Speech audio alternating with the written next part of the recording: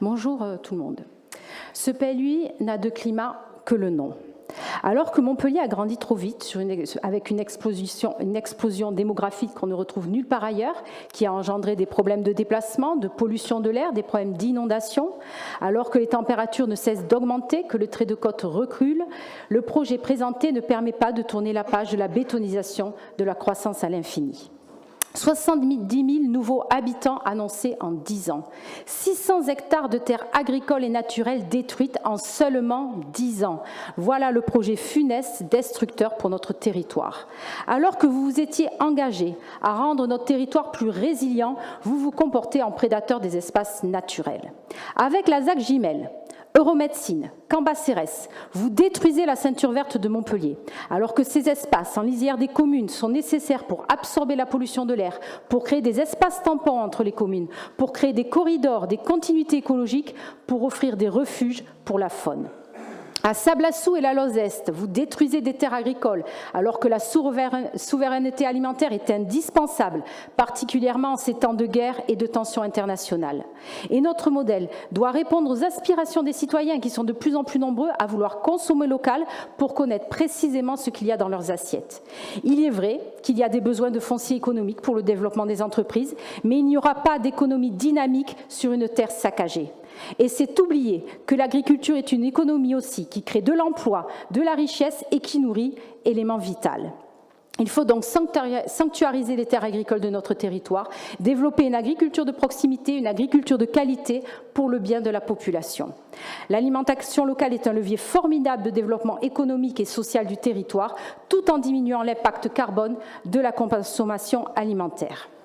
Avec les Hauts-de-Latte et la plaine du Bayarguet, vous détruisez nos paysages. À Malbosc, vous détruisez des espaces de respiration en cœur de ville. Il est vrai que vous avez un peu rétropédalé, puisqu'il n'y a plus de logements de prévus dans le secteur nord Henri-Lagatu, mais la zone reste classée en zone AU, je traduis à urbaniser, et donc reste constructible. Rien ne vous empêchera dans un avenir plus ou moins lointain de changer le programme. De plus, des équipements sont prévus à l'heure actuelle dans l'OAP avec des hauteurs pouvant aller jusqu'à 10 mètres. Alors que sur ce site, nous avons une vue panoramique magnifique sur l'église Sainte-Anne et le pic Saint-Loup. C'est un lieu prisé par les habitants de tout âge pour de multiples activités. C'est une continuité écologique entre le parc du Domaine d'Eau et le Rio-Tor, un espace de respiration près de quartiers denses. Le Cateau de Malbosc est un secteur qu'il faut préserver dans son intégralité de toute urbanisation. La seule manière de vraiment préserver cet espace est qu'il soit classé en zone naturelle. Avec Ode à la mer, il est vrai que vous faites en grande partie du réinvestissement urbain et que le quartier est traversé par le tramway. Mais le tramway ne doit pas être synonyme de bétanisation. Et oui, je persiste, Madame Fraîche, car si vous n'obligez pas à construire avec la venue du tramway, nous aurions le tramway jusqu'à La Vérune, peut-être même jusqu'à Cournon-Sec. Mais les maires ne veulent pas du tramway car ils ne veulent pas du béton qui va avec. Le tramway ne doit pas être synonyme de bétanisation, mais doit être synonyme de respiration. De plus, sur Ode à la mer, il y a toujours des extensions urbaines qui sont prévues alors qu'on aurait pu faire une opération positive en termes de désartificialisation des sols. Et ce sont 8 000 logements qui vont être construits, dont 5 000 dans les 10 prochaines années, soit environ 14 000 nouveaux habitants. Alors que 28 communes de la métropole sur les 31 font moins de 14 000 habitants et ont été construites en plusieurs siècles. Vous, en un seul quartier, en seulement 10 ans, vous allez construire la 32e commune de Montpellier, de la métropole. Avec tous ces projets urbains, ce sont au total 750 hectares qui sont voués à disparaître définitivement sous le béton dans les 10 prochaines années. Alors qu'au contraire, il faut œuvrer à ce que Montpellier soit respirable, accueillante, vivable, malgré les vagues de chaleur à 45 degrés qui s'annoncent.